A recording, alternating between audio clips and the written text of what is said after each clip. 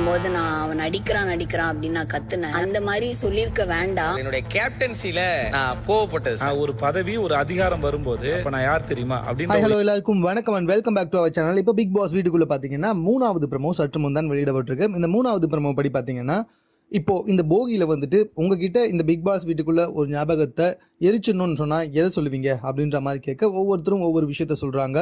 Jacqueline வந்துட்டு ஆக்சுவலா நான் ஓவரா எக்ஸ்பிளனேஷன் கொடுக்குறனோ அதை மட்டும் எரிச்சிடணும்னு நினைக்கிறேன் அப்படின்னு சொல்றாங்க. ரயான் வந்துட்டு கூச்சப்பட்டதை வந்துட்டு மாற்றிக்கணும்னு நினைக்கிறேன்னு சொல்கிறாரு. சௌந்தர்யா ஓகே, அவங்க சொன்னது ஓரளவு கரெக்டாக இருந்துச்சு. அதாவது ரயானுக்கு ராணவுக்கு அடிப்பட்டப்ப நான் வந்துட்டு நடிக்கிறேன் அப்படின்னு சொன்னேன். பட் வந்துட்டு எனக்கு அது தப்புன்னு தோணுச்சு. ஸோ அந்த விஷயத்த நான் எரிச்சணும்னு நினைக்கிறேன் அப்படின்ற மாதிரி சொன்னார்.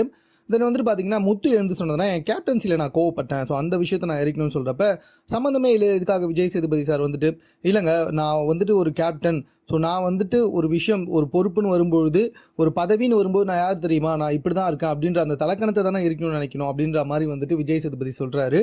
இல்லை முத்துவும் கிட்டத்தட்ட அதே தானே சொன்னார், என் கேப்டன்சியில் நான் கோவப்பட்டேன். ஸோ அதனால் அதை இருக்கணும்னு நினைக்கிறேன் அவர் சொன்னார். அது எதுக்காக இவ்வளோ எக்ஸ்ப்ளனேஷன் கொடுத்து இல்லை நீ இதை தான் பண்ணணும் உன் தலக்கணம் இருக்குன்றதை எதுக்காக வந்துட்டு விஜய் சேதுபதி அங்கே புரிய வைக்கணும்னு நினச்சாரு எனக்கு சுத்தமாக புரியல.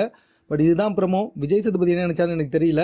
பட் அந்த இடத்துல அதை சொல்லியிருக்க வேணாமோன்றது எனக்கு என்னோட கருத்து. உங்கள் கருத்து என்னன்றதை நீங்கள் கமெண்ட்டில் தெரியப்படுத்துங்க. மேலும் இது போன்ற செய்திகளை கூட தெரிந்து கொள்வதற்கு சென்னை சேனலை சப்ஸ்கிரைப் பண்ணுங்கள்.